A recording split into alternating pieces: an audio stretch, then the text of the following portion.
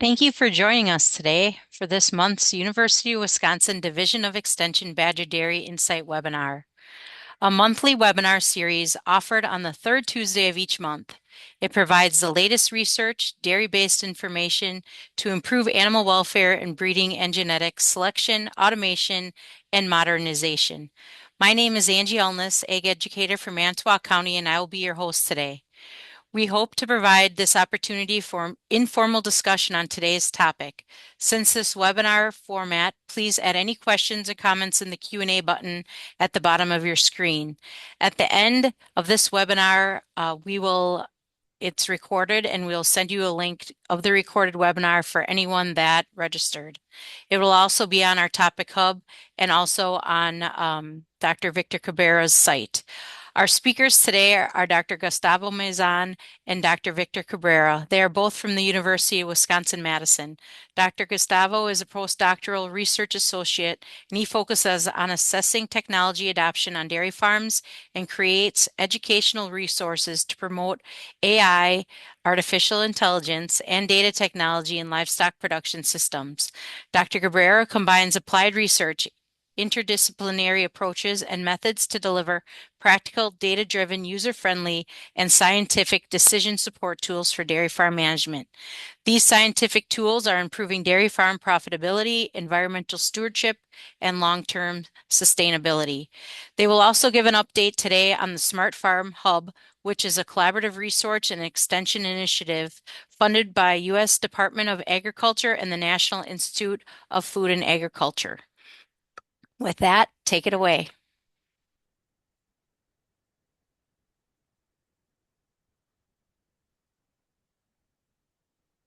Good morning, everyone. Morning. So my name is Victor Cabrera. My name is Gustavo Mazon.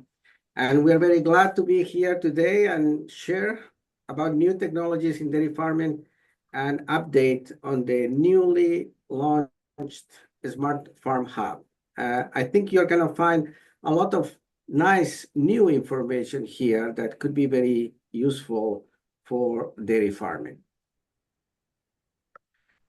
So before we start, we would like to have a little interaction with the audience, and hopefully you can help us to respond this poll. You can either scan the QR code on the left side of your screen, or you can click the link that I believe Angie has put in the chat of the webinar. And what we're trying to find out here is how familiar are you with precision livestock monitoring technologies. So we'll give it a minute or two to see the responses.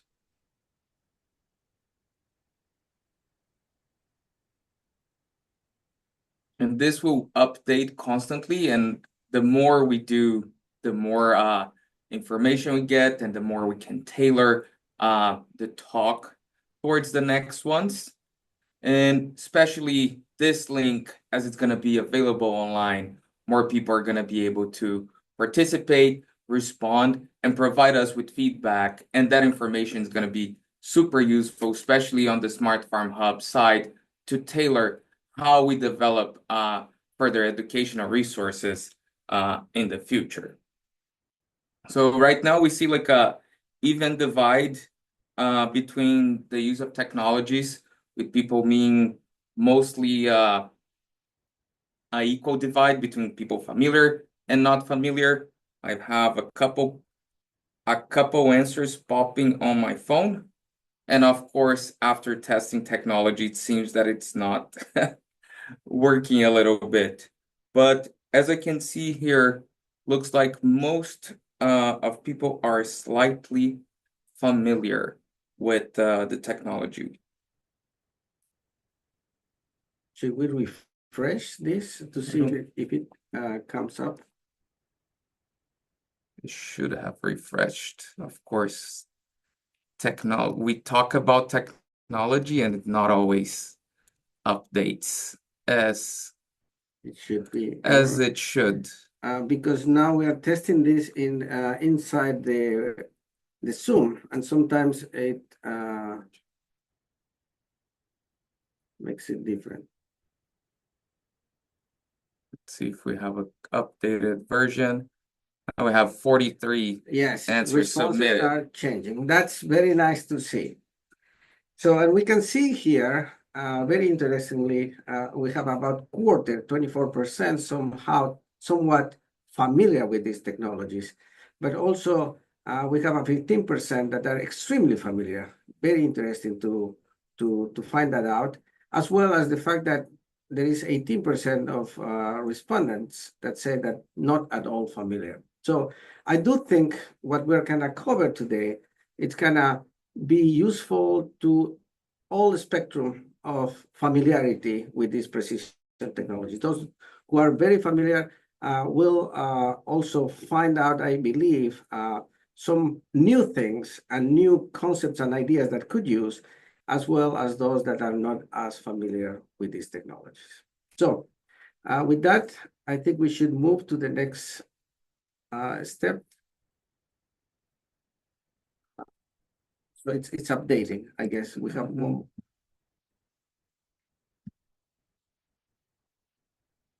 We need to go back to the presentation. I think this is all related to the fact that we are in Zoom.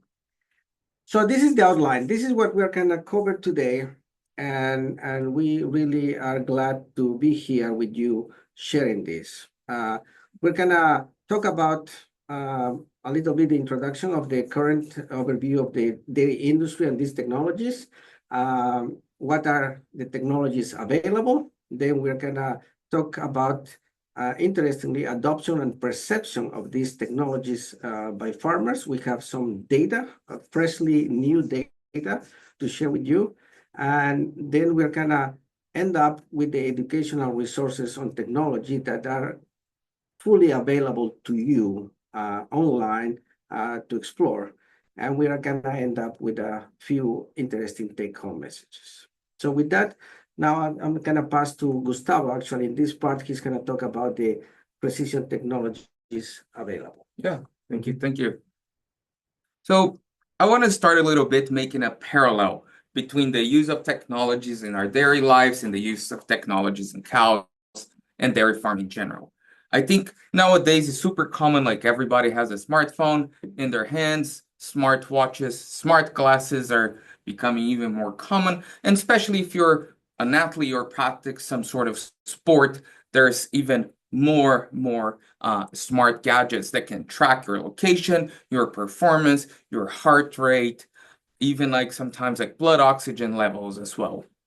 And in our homes is not different at all. We have all these smart devices that respond to you, that we can ask about the weather, we can ask about the setting the temperature. We have cameras that do facial recognition, it's gonna open doors for you. We have vacuum cleaners, we have automated even lawnmowers as well. And of course, the pet industry is not falling behind. We have devices that are able to weigh your cat, track the visits to the litter box. And of course, now more and more often, we're using these text-based artificial intelligence models to ask questions and help us even with daily tasks as well. So that brings us to like a little parallel that we're going to make to the US dairy industry. If we look at the current scenario of the dairy industry, what we see is that we're having a decline in the number of farms and then an increase on the number of cows per herd. At the same time, we're seeing a lot of labor issues, labor shortages, people having trouble finding farm work or even keeping farm work. And then on top of that, we see increases on the total cost of production per cow per year. Besides, we also have, as a dairy industry, a huge commitment on greenhouse neutrality, optimize water use, optimize water quality. And if we put all of that together, we have to think that we have to become more and more efficient and more conscious as well about the use of resources. And one of the classic ways to increase that efficiency on the farm is to invest in technology. So that brings us to the use of like precision livestock farming. And I want to define that very clearly. That is the use of technologies, real-time monitoring technologies that are aimed at managing animals on an individual level. So for years, we've been focusing on collecting herds or even pen level data. And now with these technologies, we can collect data on an individual level. So on this left graph here, we see that there's a huge increase on the number of publications utilizing precision livestock farming or precision livestock technologies. And here on the right, we see on the blue line the use of accelerometer technologies or microphone technologies in green, and even cameras in orange. And we see that over the past decade, pretty much, that's been an exponential increase on the number of studies and research being done on those technologies. And that brings us to this huge options that we have in the market. It's almost overwhelming. We have a ton of wearable sensors that we can see here on the palette. We have different types of cameras, automated feeders. We have drones. We have scales on waters. There's a whole combination of technologies that can be used on dairy farm. So one of our objectives today is just to give like a brief brush through what's available out there, a couple of the upcoming ones, and then we'll show you actually the real data from the field. So, like I said, producers, a lot of the times they feel overwhelmed by the amount of technologies. If you just look at that previous slide, there's a lot going on. So we broke down the technologies in pretty much 4 types. So we have the parlor technologies that are mostly inline milk sensors. We're going to have wearable technologies, cameras, and then the robots. And we're going to walk through each one of them, what they measure, and what are a couple management options that can be done with the use of those technologies. So let's start first with the inline parlor technologies. These technologies, I think that's been on the market for quite a long time. And even before we talked about cameras or pedometers, we already had some sort of individual measurement on the parlors. Measuring milk weights is not something new, but now with these technologies, we have a lot more data that we can use to make decisions. They're not only going to measure milk yield, but can measure the flow of the milk. They can measure composition, so fat to protein ratio, lactose, and a lot of measurements of milk quality as well. Conductivity, somatic cell count, and milk color. And all these variables, if you track an individual animal over time, you're able to keep an idea of the baseline of the animal and see if the animal is deviating from its pattern. And with that, you're able to detect any sorts of disorders and be able to make decisions on farms, either if there are changes on fat-protein ratio, on milk yield, or even conductivity. A lot of those data, they can indicate the onset of diseases like mastitis, or even associations with problems on the transition period, for example. Now, we have this big group that are wearable technologies. And we're going to spend a little bit more time on those because each of those particular technologies, they have different variables that they measure, and they have different value that they can aggregate for the farm and for decision making as well. So first of all, we want to define wearable technologies. Wearable technologies is any sort of sensor that's going to be fitted on the animal. So we think a lot like our smartwatches or smart glasses, they're fitted on us. So they're wearable devices. And one thing that they do, they translate the movements or the sounds into the animal behaviors. So this video here really illustrates an animal eating, and you can see by the blue ear tag here in this animal, as the animal eats, there is movement on the animal's head. And this wearable technology is capable of sensing those movements and translating that into behaviors like eating time, rumination time, activity of the animal that can be used to make decisions on the farm. So one of the technologies that are available in the market right now are the pedometers.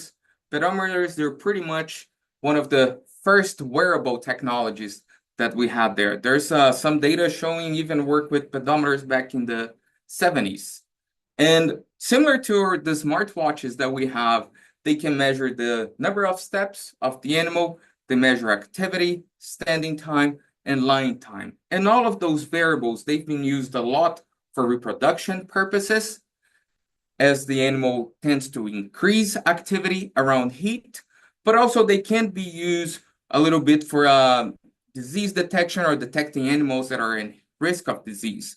Because just like us, when the animal starts to feel sick or if there's a disorder coming up, they start to getting more lethargic, they start to getting slower, and they are gonna lay down more and increase lying time. So it's a technology that can be used both on cows and calves for animal monitoring, and it's available in the market.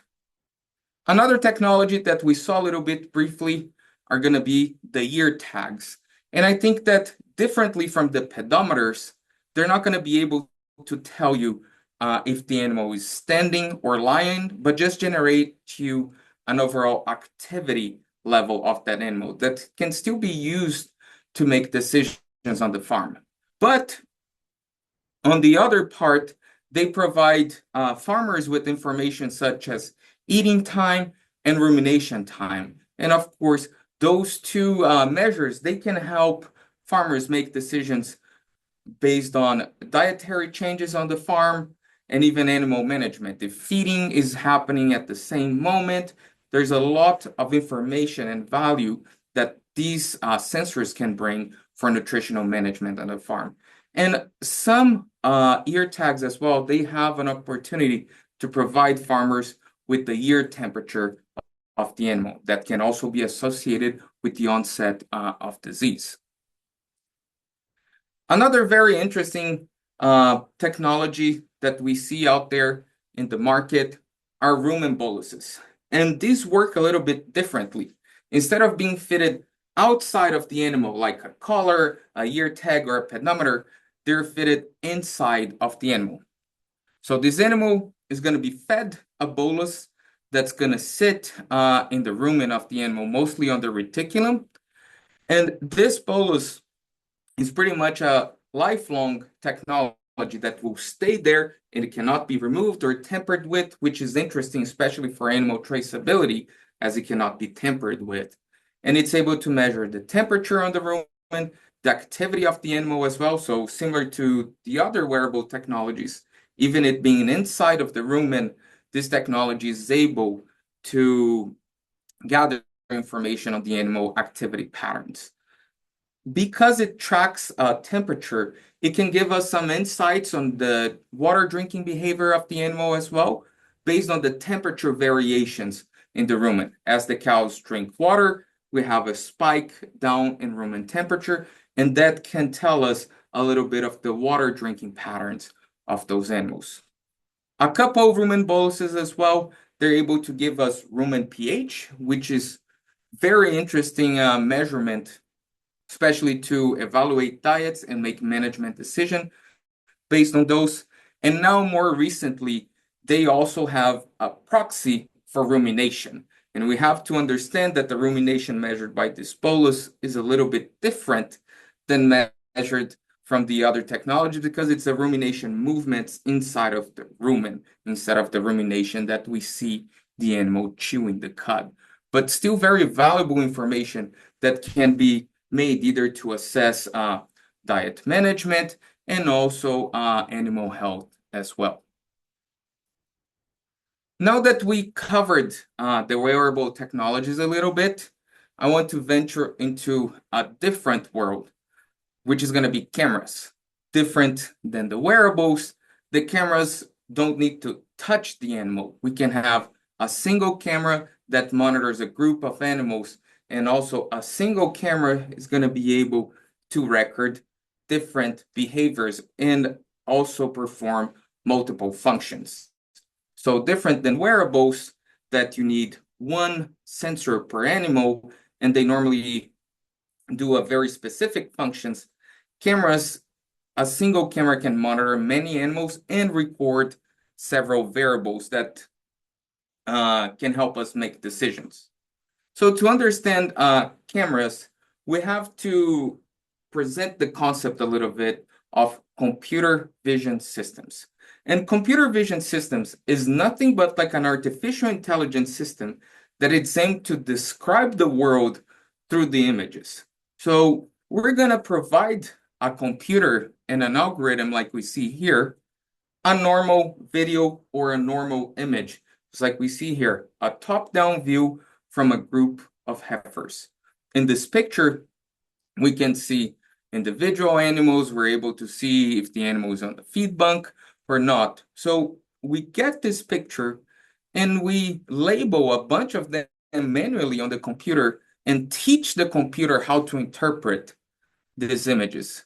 And the result is pretty much a human eye watching these pictures and describing. As we see here on the picture on the right, the model or the artificial intelligence, the computer vision system, is able to identify each individual animal. We see that the water trough has a different color here on the right. It's able to recognize the railings, the feed bunk here up top, and with that, provide us with valuable information on the individual level of each animal, and also a little bit on the pen level as well and what's going on.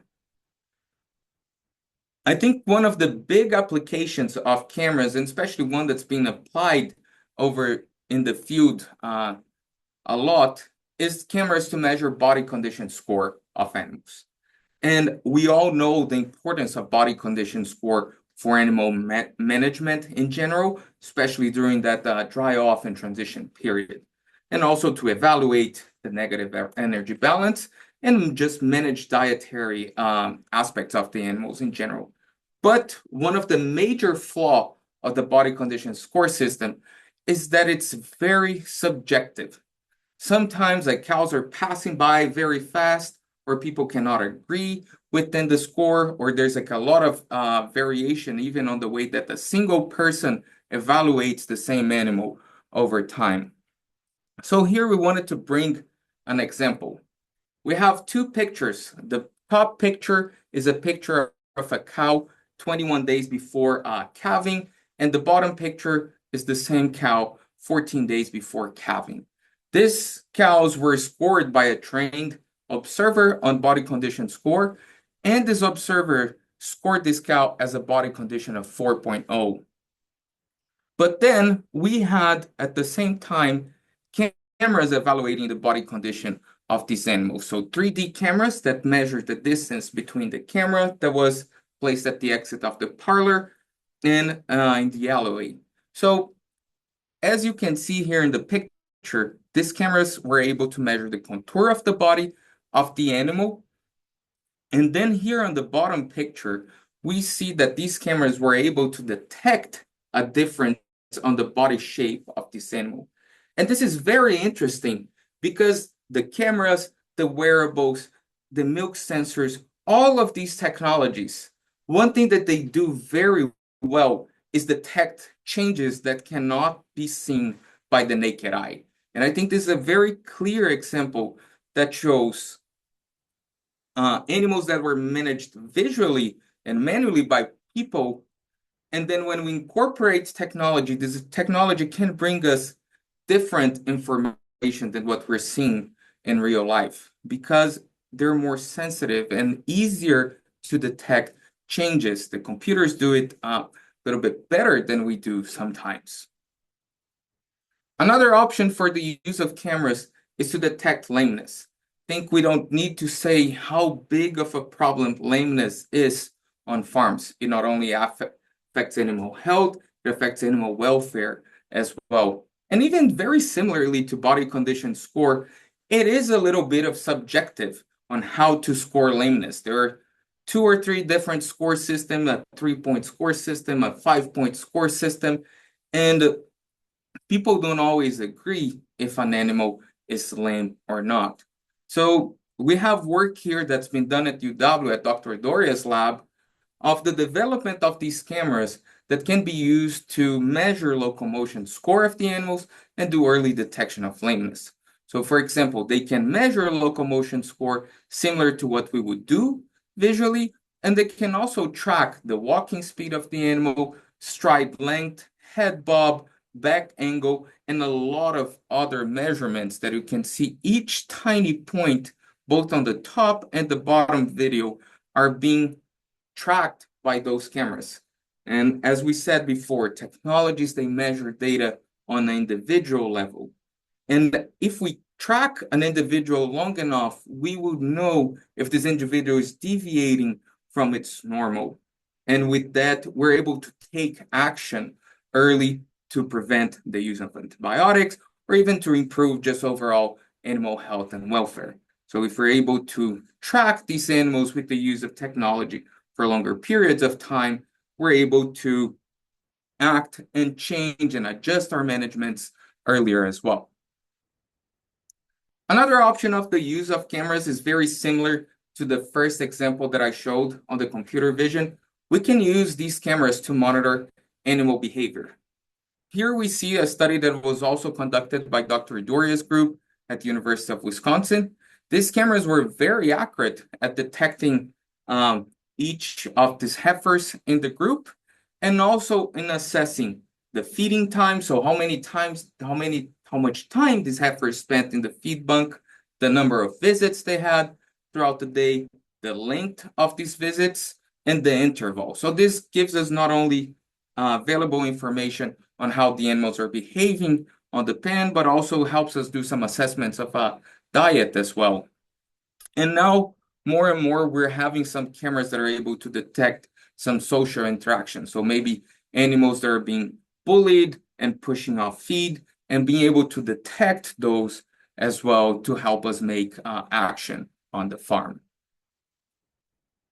So now that we covered cameras, I think we want to cover a little bit of like these robots, these automated systems that are a big boom in the industry. We see a lot of people talking about them, a lot of questions about them as well. So just a brief touch up on those robots. I think the automatic milking systems, it's a big thing that's happening right now, especially with labor issues. We see a lot of people migrating to those, or even farm flexibility life. And they can measure also a myriad of things. It's almost like you have a parlor sensor and a bunch of other technologies together. So they will measure the same variables as a parlor technology would, like yield, flow, milk composition as well. They would give you milk quality aspects as composition and color, but they also give you information on how the animal is using the system, the number of visits, the length of these visits. And one very interesting thing that they do, they feed the animal pellets as the animal comes. So it gives us the opportunity to provide individual concentrate feeding to the animals and better tailor, better use the resources on the farm. Some robotic milkers, they even come with floor scales that will measure body weight of the animal, providing even more information that can be used for decision making on the farm. Another very interesting technology that we see adoption in the field as well is the automated calf feeders. I think the very classic one that we see most of the time is the one on the bottom left here on the picture for group fed calves. So each calf will have an individual tag that will be scanned as the calf enters the system, and the system will provide individual milk feeding plans to the calf, but at the same time will also record the milk intake, drinking speed, the number of visits to this feeder, and this information tracked over time can also be used to make decisions regarding animal health as well, as they tend to change if the animal is about to get sick. Another interesting option we see here on the right side is a partial body weight scale where the animals can step up when they come to do the visit and will estimate the body weight of the animal just based on the two front legs. With feeders as well, we have an opportunity to do individual supplementations of probiotics or even electrolytes in some models. And now we see some options as well for automated feeders for individually housed calves. So these automated feeders, they can be programmed to feed the animals multiple times a day, and they will also record milking speed, milk intake, and sometimes number of visits, because the calf might not always nurse when the feeder stops by its hutch. Now that we talked about all these technologies, I wanted to brush up really quickly on a couple of technologies to watch. I think that we have all of these very well implemented in the dairy industry. We see a lot of people using all of these technologies that were mentioned. But what is new? I think one thing that is very new are the large language models. And what I mean by that is this artificial intelligence that it's able to read and understand information. So it can be written information, it can be numbers, and it uses artificial intelligence to translate that, understand, and compile all this data. So a lot of applications of these can be data integration, information extraction, maybe even animal identification. We know how farm records can be confusing, especially if we have a lot of transactions between farms. So doing the transcription of all those records can help us identify problems faster as well. One of the examples that we have, it's the very clear examples, the information and extraction and even simplification of information. We have a study here that we like to use where they got 20 manuscripts, so 20 scientific manuscripts that we all know that those sometimes have complex information or are difficult to understand, and they fed into one of these artificial intelligence models. And after they fed all these papers, they asked a couple questions like, what diseases are associated to ketosis? What could monensin affect? And when they got the answer from this artificial intelligence model, and these answers, they rated 7.5 by experts. So a very acceptable answer if we want to get knowledge that it's on the scientific mode and translated in real life applications.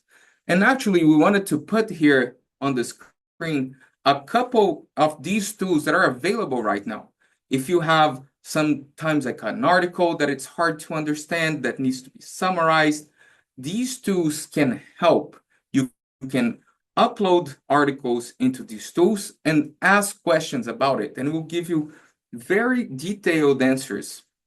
Of course, we still have to be careful a little bit on how we use those. We cannot use those indiscriminately or without any moderation and just believe all the answers. But we are going in a direction where this is very interesting, especially to democratize the knowledge that we have in the science. Another very cool use of these large language models, because it can understand all these complex interactions between data and words, we can use it to compile and integrate data. If you think of a dairy farm, as we see here on the left side, there is data from a lot of sources. We have parlor data, you can have nutrition data, you have animal health data. Sometimes you have data that is just typed in the system as observations. So you have numbers, words, indexes, all flowing in same pool. So these models are able to look at all that data, make sense out of it, and they're able to homogenize, so make sure that the data always sticks together and speaks pretty much the same language and integrate in a big pool. So it's even able to get information that is written and recorded differently from multiple farms into a single database. So this is a very exciting technology that can be used not only right now a little bit in research settings for decision making, but in the future as well to help us benchmark technologies and help us compare ourselves to other similar farms and take action that will improve not only our herd management, but also profitability of our herds as well. And right now, I think one of the big questions after seeing and presenting all these technologies is, are these technologies really being adopted in the field? And for that, we did a brief survey that now Dr. Cabrera will start touching into that. Thank you. Very good. Thanks, Gustavo. Very interesting, as you have seen. Now, let's see how and what's the level of adoption of these technologies in the field. So this is an ongoing survey. So that means still you have a chance to respond to this survey. At the end of the presentation, you will have a QR code and you will be able to get to the survey if you have interest on responding. It's a very simple 15-minute survey or less, actually. And the information is going to be very useful, as you will see in a moment. Okay, at the moment, we have 36 respondents. Actually, we just found this morning that there are 5 more respondents, which is great. But we have summarized data here from 36 respondents that corresponds to more than 23,000 cows. You can see in the little table there, the size varies quite a bit of the farms. The smallest one, 15 cows, very small, and the largest one, 9,000 cows. And the medium size of the herds, about 260, and the average production on these farms around 26,000 pounds. And you see also in the map, most of the farms, as we would expect, come from the Midwest, and most of them would be actually from Wisconsin. But there are some from the West or Northeast and South, and we are expecting to have more responses from all the different locations. This is going to be very interesting, as I mentioned before, to find out the adoption of these technologies and how we can better help in this process. So here's one of the questions. Do you adopt any of the precision dairy technologies? And what are the precision dairy technologies are basically what Gustavo has discussed in the previous slides in this presentation. So you can see there, very interestingly, 80%, 4 out of 5 respondents responded yes, they do have any level of PDT, precision dairy technologies, on the farm. And actually, more interestingly, the follow-up question was how many, right? 1, 2, or 3 precision dairy technologies. And you can see here almost an even split between 1, 2, or 3. It's very interesting to us to know that almost 38% of the respondents not only adopted, but adopted 3 or more precision dairy technologies on the farms. So that gives us an indication of the level of adoption and how we can support better this process of precision dairy technologies on dairy farms. Because later we're asking what are those precision dairy technologies and how we can move our research and extension projects to support these events. Now, what technologies are the farms adopting? And you can see here a split of the different general types of technologies on the farms, starting from parlor technologies all the way to automated calf feeding, once again related to the previous part of the presentation. And it's very interesting to see here that 75%, for example, 3 out of 4 farmers indicates that are adopting wearables, like the activity monitors, for example, or the rumination monitor, collars or pedometers, which we all know those are very common and widely adopted nowadays. 3 out of 4. That's very interesting at the respondent level. Parallel technologies are also heavily adopted, 72%.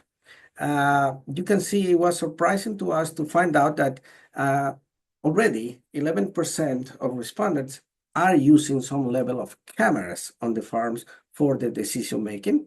There are 22% using automated milking systems and about 14% of levels of automated calf feeding on the farms. Once again, this is very interesting for us to find out this level and how we can support each one of these type of different technologies on the farms. Okay, so what are the current perceptions and experiences of these of the use or experiences and expectations of the use of these technologies on the farms? And actually, the next set of questions and answers are based on a number of statements, and we ask the respondents the level of agreement with these responses from strongly disagree, 1, to strongly agree, 5, and in between, 3, neutral. They don't agree or disagree. And so you can see here a summary of the adoption of precision dairy technologies regarding to the statement that they allow better decisions to be made on the farm. And it's very clear to see in the responses here, if we see for a moment all the herds, overall, there is a good level of agreement with this statement. So they do believe that dairy technologies allow better decisions to be made on the farm in general.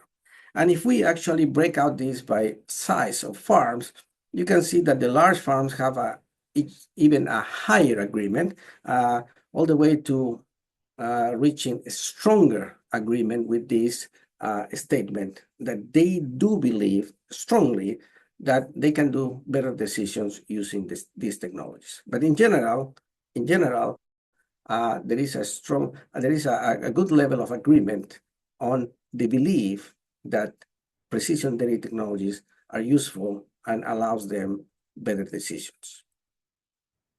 Now, this is another statement. If the adoption of precision dairy technologies could improve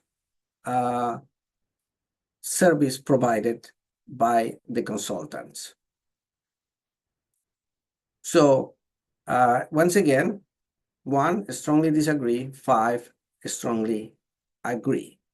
And you can see here, once again, very important and even higher numbers, meaning that there is a high level of agreement or even a strongly agreement with the fact that the farmers believe that these precision dairy technologies could improve the service provided by the consultants. That's very interesting because they may have experience or they may have the belief that these service providers, that here we are talking about consultants, veterinarians, nutritionists, they believe they could do a much better job if they would have some level of these precision dairy technologies installed on the farm. You can see there is some variation according to the size of the farms, but in general, there is an agreement and a strong agreement in all the cases. Next statement, there are limited educational resources available on how to use the technologies to manage the farm. That was the statement. If they do believe there are limited educational resources or not. Once again, 1, strongly disagree, to 5, strongly agree. And here there is a little of difference among size of farms.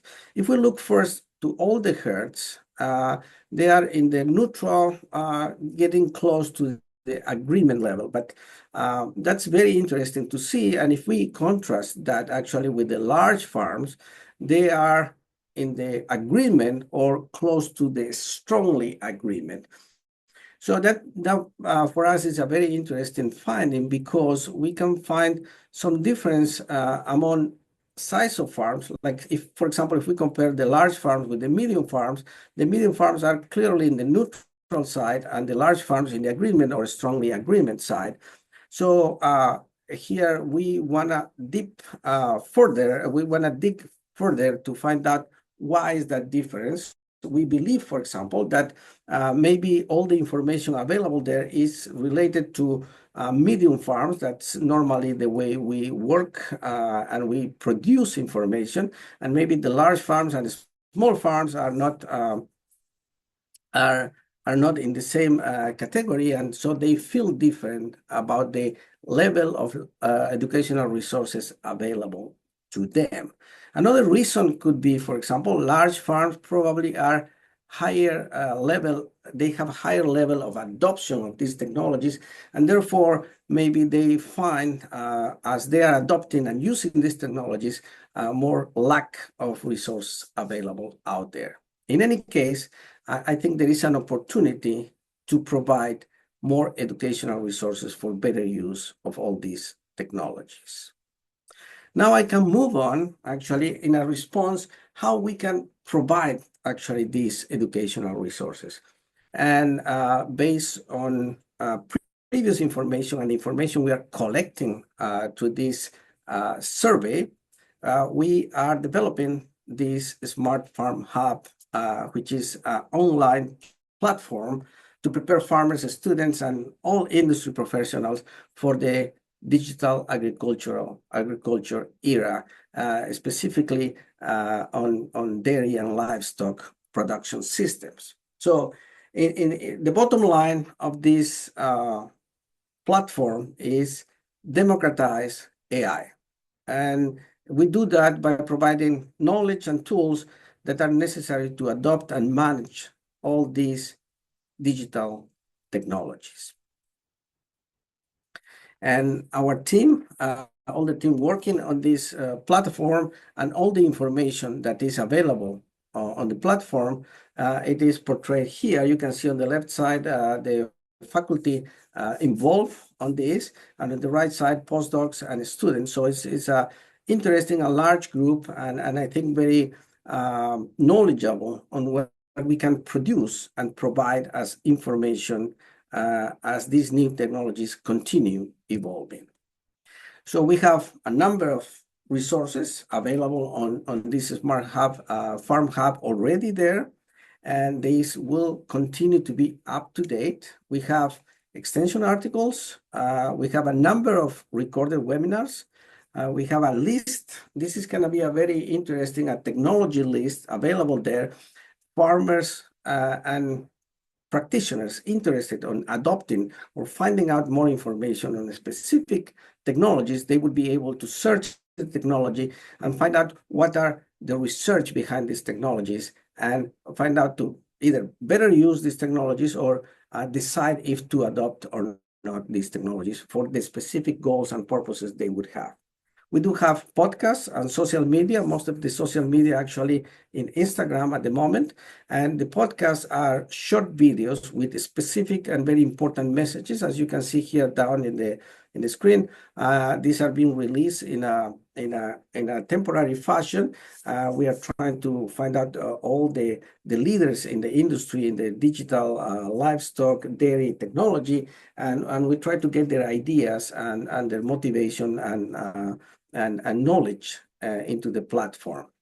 And obviously, we were kind of put together also decision support tools available for the in general to better knowledge of these technologies and adoption of these technologies and better use of these technologies.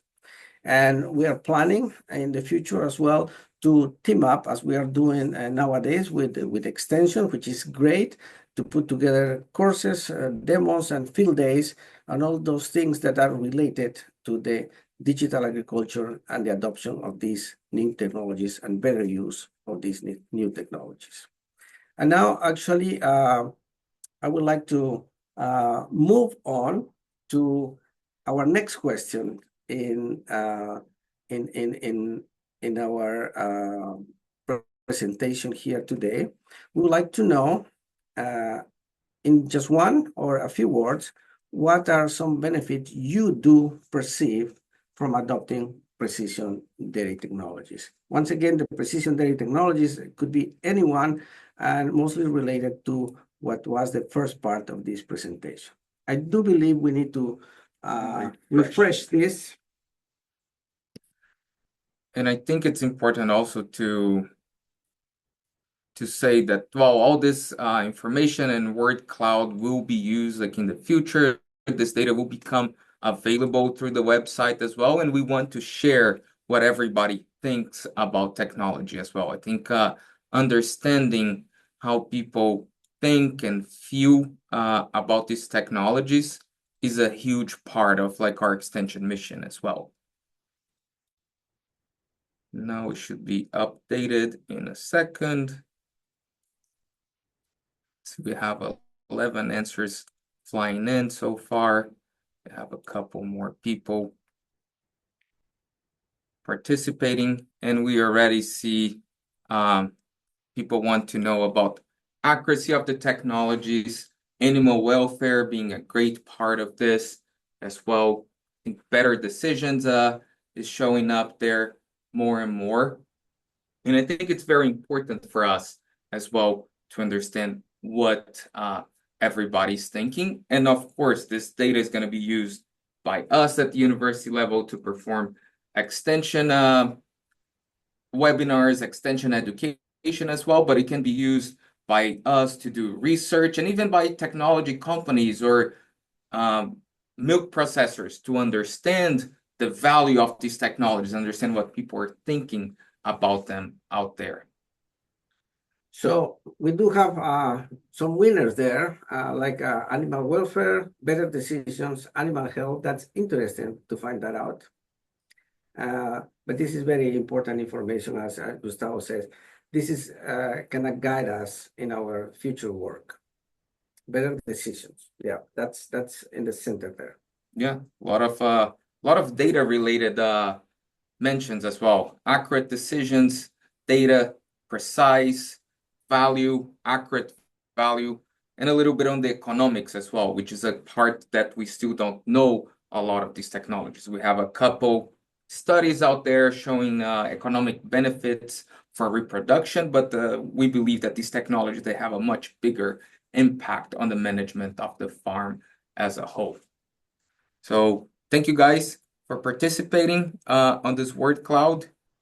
And I think now one thing that I will move to is just a couple take-home messages.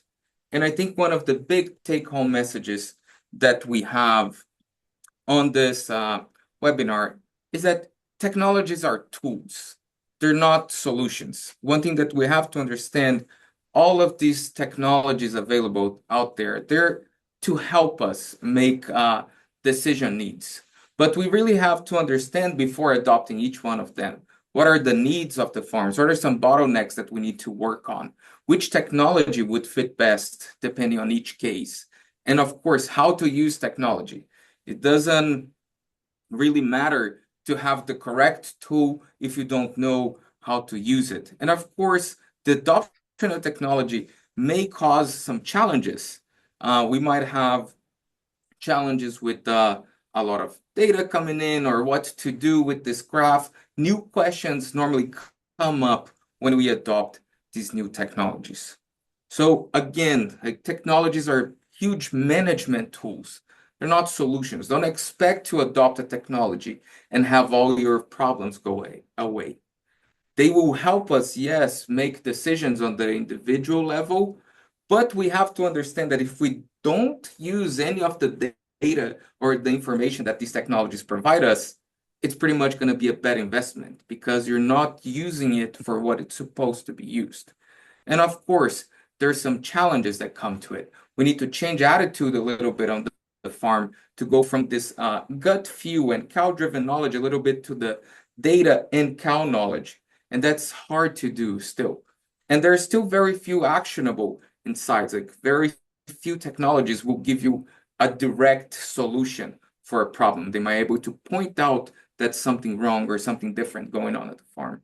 And as even like the farmers say a little bit, there seems to be a little bit of limited resources on how to use those in general.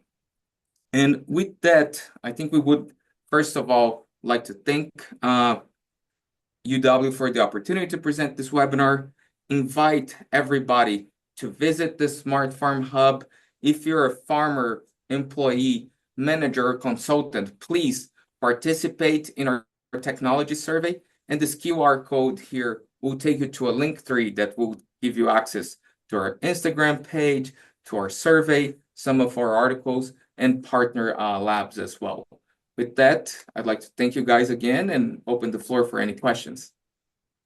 The first question that came in Thank you on the very much survey. for the kind attention and for extension to host this nice webinar. I believe this is going to be recorded, but we will be more than glad to entertain some questions or comments about today's presentation. Yes, we have a couple questions that came in. I think you're muted, Angie.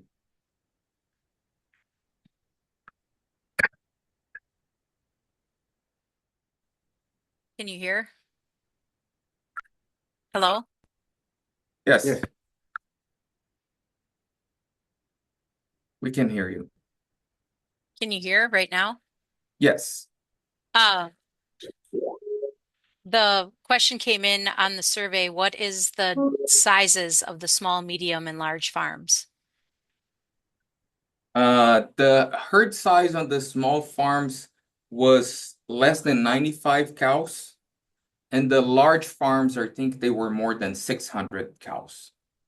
So the Okay. large farms, they range from the average size of the large farms actually was 2,500, if I'm not mistaken. All right. An anonymous attendee thanked you for the excellent summary, and they wanted to know what your exact percentage in numbers of the savings has been reported with using both AMS and calf feeding robots. You mentioned that in your part with the robots. Automatic calf feeding, if I'm not mistaken, 20%, close to 20% of the respondents were using automatic calf feeders. And that's interesting data, especially if we think that 60 to 70% of the calves in the US are individually housed. So it shows that whoever does not individually house their calves might be a large adoption of that type of feeder. The robot feeder is probably close to 10-15%, if I'm not mistaken, as well. And then do you know specifically any labor saving percentages on those, the AMS and the milking robots? Not on the top of my head. I know there's some literature out there that I'm more than happy to look and share with Extension to be put like on this webinar later when it's published. All right. Are there any other questions from the group?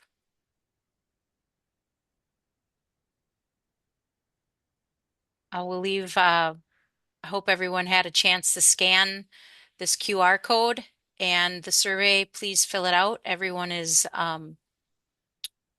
available to fill it out. And then we would like to just have a couple announcements here quick in the last minute before we close out. I hope you enjoyed the webinar today. And next month, we are changing it up a little bit for the Badger Dairy Insight. We're going to have a producer panel on focusing on 4 dairies' reproductive strategies for high fertility results. And the panel will be moderated by Dr. Paul Fricke, so it's going to be an interactive panel. Joining him will be Dave Jokey, Mike Martin from Maple Ridge Dairy, Jeff McNeely, and Chuck Ripp. And to register and learn more about next month's webinar, please visit gowisc.edu Badger Dairy. And then for additional information or unbiased university-based resources, please visit any one of those sites that you see up in your screen. But thank you again